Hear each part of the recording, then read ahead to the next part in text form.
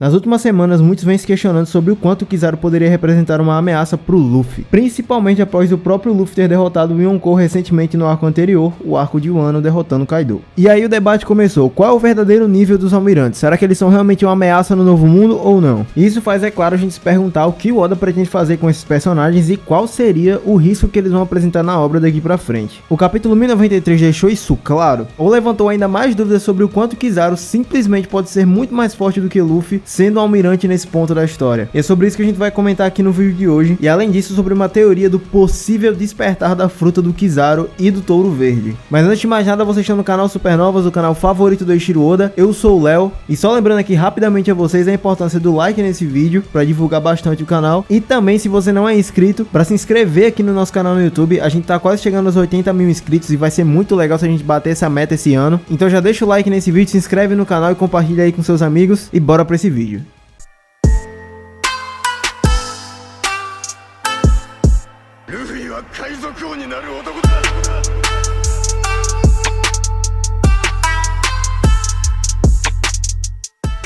Antes do time skip, dava pra afirmar facilmente que os almirantes eram uma grande ameaça no mundo de One Piece. Isso sem pensar muito, a gente tem exemplos como a Aokiji, o próprio Kizaru e o Akainu, que também se mostrou uma grande ameaça. Já que os Yonkou só seriam inimigos do Luffy muito futuramente, eles não haviam sido nem apresentados para nós leitores. Esses inimigos eu quero dizer Big Mom e Kaido, já que Shanks e Barba Branca eram seus aliados entre muitas aspas, então foram apresentados de formas amigáveis ao Luffy. Isso é até um pouco engraçado, já que o próprio Oda disse que no início de One Piece, o mangá teria apenas 5 anos de lançamento, e os Yonkou seriam o principal obstáculo do Luffy para encontrar o tesouro, nem os Shichibukai existiriam. Então estar debatendo sobre o nível de poder dos almirantes e dos Shichibukais nesse ponto da obra chega até a ser engraçado, já que One Piece já beira aí seus 26 anos de publicação, ou eu acho que já completou, se eu não me engano. Só que narrativamente falando, no arco atual, o Oda colocou um empecilho para ele mesmo, dá pra dizer até que é uma pedra no sapato. E essa pedra no sapato, obviamente, é o Kizaru. Uma coisa que é muito recorrente no mangá de One Piece é o Oda usar certos personagens como escada. O que geralmente acontece, se você parar pra pensar, você vai ver diversas cenas na sua cabeça agora. O Oda introduz um personagem muito forte, ele parece ser muito forte e derruba outro personagem com um só golpe. Esse mesmo personagem depois é derrotado para ser usado de escada pro Luffy ou para outro personagem. Se eu citar exemplos aqui, eu vou passar o dia inteiro falando sobre isso, e vocês sabem muito bem que é isso que acontece. E no Novo Mundo, a queda desses personagens que foram apresentados dessa maneira sempre acontece dessa forma, justamente para usar de escada e para apresentar os Yonkous que ele queria no Novo Mundo. E eu vou dar um exemplo mais recente para que a gente consiga debater isso aqui melhor.